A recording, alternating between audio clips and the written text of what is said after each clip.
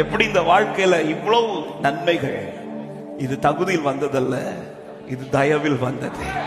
அதுதான் ரோமர் 11 சொல்லப்பட்ட வார்த்தை, விழுந்தவர்களிடத்தில் கண்டிப்பையும் உன்னிடத்தில் தயவையும் கர்த்தர் காண்பித்தார்.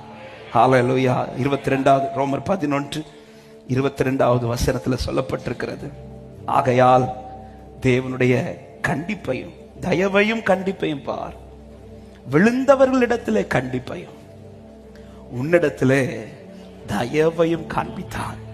எத்தனை பேர் இந்த காலை நேரத்தில் தைரியமாய் சொல்ல முடியும், நான் நிற்பது தகுதியில் அல்ல, நான் நிற்பது தயவுல நிற்கிறேன்னு சொல்றவங்க 2 கரத்தை உயர்த்தி நன்றியப்பான்னு சொல்லுங்க பார்க்கலாம். இந்த தயவுல நிக்கிறீங்கன்னா ஹல்லேலூயா.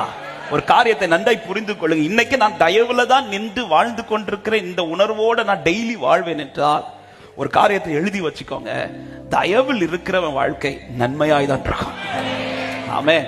இஸ்ரவேல் ஜனங்களுக்கு குறித்து சொல்லும் போது ஏசாயா 63வது அதிகாரத்தின் 7வது வசனத்தில் இப்படி சொல்லப்படுகிறது, கர்த்தர் எங்களுக்கு செய்தருளின எல்லாவற்றிற்கும் தக்கதாகவும் அவர் தம்முடைய இரக்கங்களின் படியையும் தம்முடைய திரளான தயவுகளின் படியும் இஸ்ரவேல் வம்சத்துக்கு செய்த மகா நன்மைக்கு தக்கதாக. அப்போ திரளான தயவு வருதுன்னா மகா நன்மை வருதுன்னு அர்த்தம். ஆமென். என் வாழ்க்கையில ஒரு நன்மை உண்டாகுமா என்கிற ஒரு கேள்வி யாருக்காவது இந்த வருஷத்தின் இறுதி நாட்கள்ல ஒரு கேள்வியோடு இங்க இருக்கிறீங்கன்னா, நீங்க நிற்பது தயவிலானார், நான் நிற்பது தேவ தயவிலானார். எத்தனை பேர் விசுவாசித்து இந்த காலையில சொல்ல முடியும், மகா நன்மை உண்டு? ஹல்லேலூயா. இல்ல நான் பலத்துல தான் நிக்கிறவங்களுக்கு எனக்கு சொல்ல தெரியாது.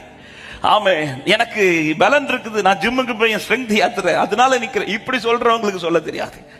ஆமே, நான் நல்ல டயட்ல கரெக்டா ஃபாலோ பண்றேன் அதனாலதான் நிக்கிறேன், இப்படி சொல்றவங்களுக்கு சொல்ல தெரியாது எனக்கு.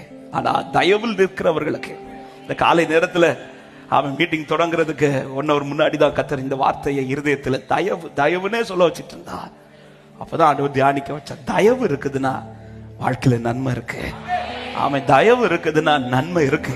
மேவிபோசேத் அதனாலதான் ராஜாவின் சமூகத்தில் வந்ததுமே சொல்ற வார்த்தை, நம்முடைய கண்களில் தயவு கிடைச்சதே, தயவு கிடைச்சதேன்னு சொல்லி கொண்டிருக்கும் போது ராஜா அவன் வாழ்க்கையில என்னென்ன நன்மை செய்யணுமோ அதெல்லாம் பிளான் பண்றார்.